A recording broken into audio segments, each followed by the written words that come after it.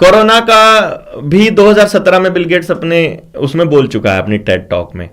तो मैंने जब वो रिसर्च करी थी, मेरी यूट्यूब चैनल के ऊपर नीचे मिलेगी, उस common sense is not so common, मैंने उस वीडियो का डाला हुआ है कि कॉमन सेंस सबके पास नहीं होती है, कि इतनी सी बात समझ जाएं।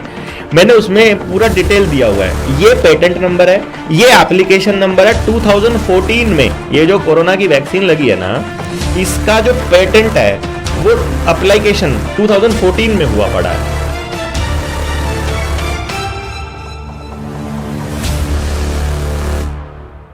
सरकार के भरोसे नहीं होगा कुछ, सरकार ने तो बर्बाद करना है, उनको तो आपकी जमीनें चाहिए, तो इससे बात नहीं बनेगी, तुमको करना पड़ेगा, बच्चे भी तुमको बचाने पड़ेंगे, तुमको ये करना पड़ेगा। तो मैं जब उस फाइंडिंग पे जब निकला था तो 2018 तक मुझे पूरा क्रिस्टल क्लियर समझ में आ गया था कि षड्यंत्र कहां से चलता है, गेम प्लान क्या है, कौन कब्जा करना चाह रहा है, किस चीज पर कब्जा करना चाह रहा है, और आने वाले टाइम में आपके पास क्या होने वाला और क्या नहीं।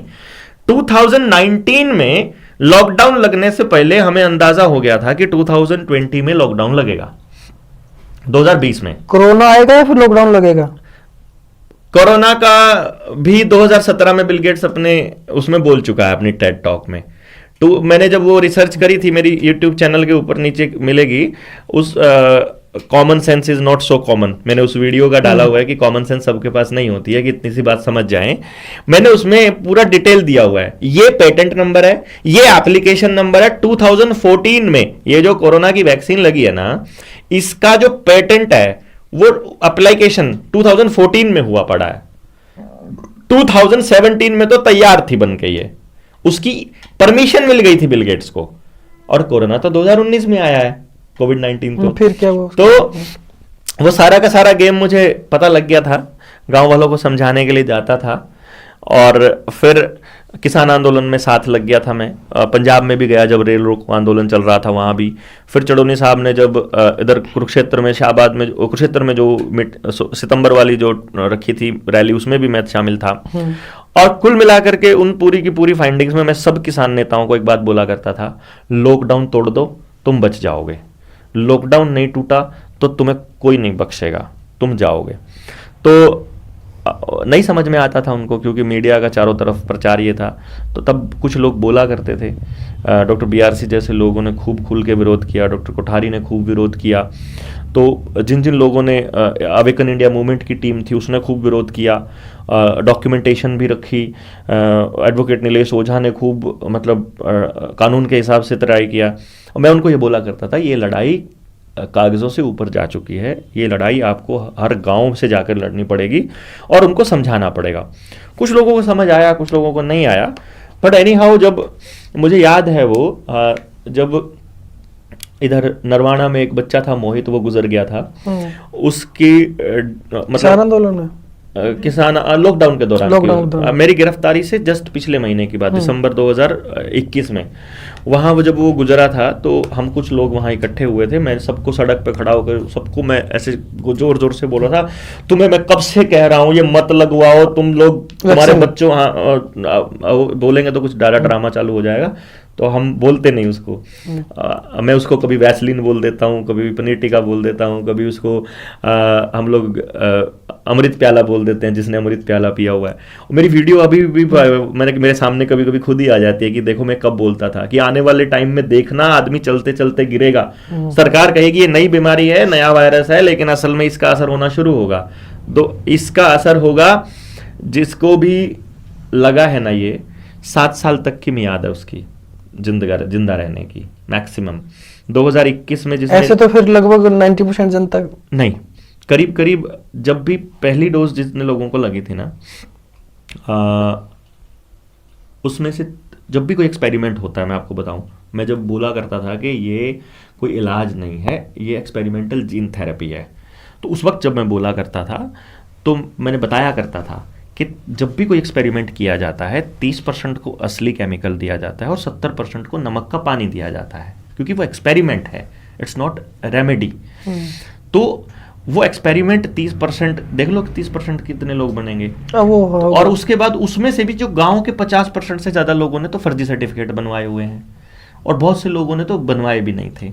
तो इसलिए और फिर उन्होंने- इंडिया में बहुत लोग बच गए। मोहित जब गया गुजरा, उस वक्त वो वीडियो मेरी खूब वायरल हुई थी, खूब ही वायरल हुई थी।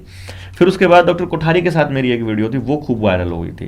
तब उससे पहले पब्लिक में सिर्फ अवेयर लोग ही जानते थे, उसके बाद लोगों में अवेयरनेस आई, पूछने लगे वो सवाल। और फिर ये अनिल विज का एक बयान था, मुझे याद है, अनिल विज उस टाइम हेल्थ मिनिस्टर हुआ करता था। अनिल विज ने एक बयान दिया था, जो मोहित जिसकी वजह से गुजरा था, कि कल से तुम मंडी में सामान नहीं खरीद पाओगे अगर तुमने सर्टिफिकेट नहीं दिखाया तो, दोनों लगे हुए का। उस मोहित ने भी तभी लगवाया था, और तब वो अगले दिन ही, उसी टाइम उसकी तबीयत बिगड़ी लगवाने के, 4 घंटे में वो डेथ हो गई थी।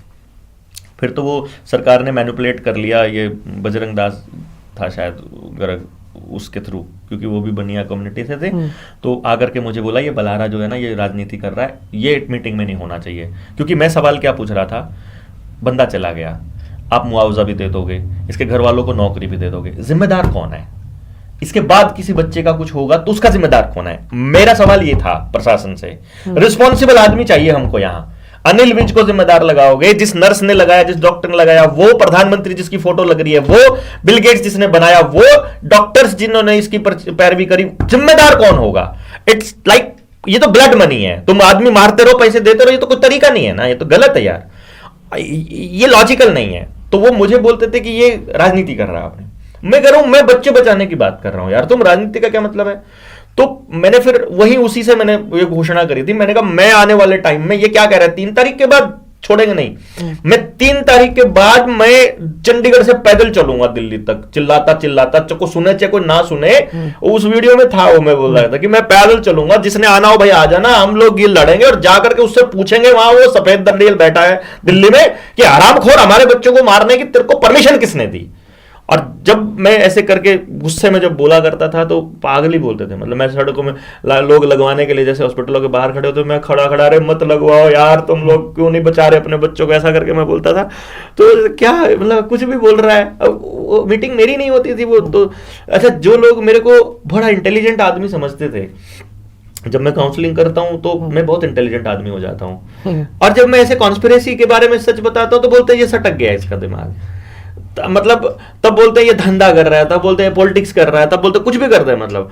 और जब अब वो जो मुझे बहुत इंटेलिजेंट आदमी समझते थे और मुझे अपने बच्चों का मसीहे के तौर पे रखते थे, जब मैंने इस कॉन्स्पिरेसी पे बोलना शुरू किया, उन्होंने भी मुझे मेंटल डिक्लेयर कर दिया कि इसका दिमाग खराब है, ये मतलब इसको तो मोदी विरोध में सब कुछ ऐसे नजर आ रहा है। मैंने कहा इसमें मोदी का क्या विरोध है यार, राजस्थान में मोदी की सरकार थोड़ी है, वहां तो राहुल गांधी कह रहा है कि लगाओ सबको, वहां तो अशोक गहलोत कर रहा है, वहां ममता बनर्जी साउथ में, वो ममता बनर्जी थोड़ी है उधर पश्चिमी बंगाल में, उधर मोदी थोड़ी ना यार, वो तो धुर विरोधी है। यहाँ केजरीवाल लगा पड़ा है अपनी दिल्ली को सत्यानाश करने में। तो ये मैं किसी सरकार का विरोध थोड़ी ना कर रहा हूं, मैं तो सभी सरकारों को कह रहा हूं कि कितने बड़े एजेंट हो गए हैं फार्मा माफिया के। वो तब उन लोगों को नहीं समझ में आता था।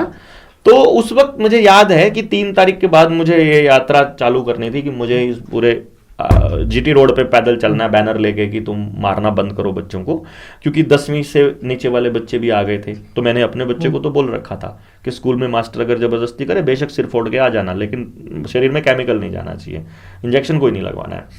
और तो फिर वो, तो मेरा बच्चा तो बच रहा था, लेकिन कब तक बचेगा, लास्ट में तो नंबर आना ही आना है पक्का उसका, इसलिए सोच करके मैं चिल्ला रहा था। तो बाय चांस वो 3 तारीख को मेरे पास करमू का फोन आ गया कि डॉक्टर साहब इंटरव्यू करना है, क्योंकि वो वीडियो चल पड़ी थी, तो उन्होंने सोचा कि इस बात पे और चर्चा करते हैं।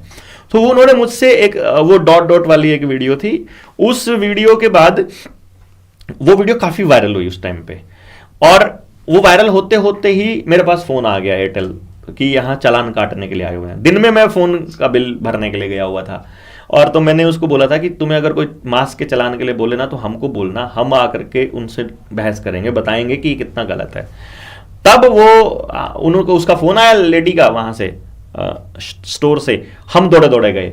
तो वो मैंने उसको भी, कर्मू को भी बोल दिया, मैं कहा देख मैं जो बहस करूंगा ना वो लॉजिकल करूंगा, तुम उसकी वीडियो बनाना, क्या पता चली जाए। तो वो बाय चांस उसकी वीडियोग्राफी भी हो गई और मैं उनसे बात भी कर रहा हूं।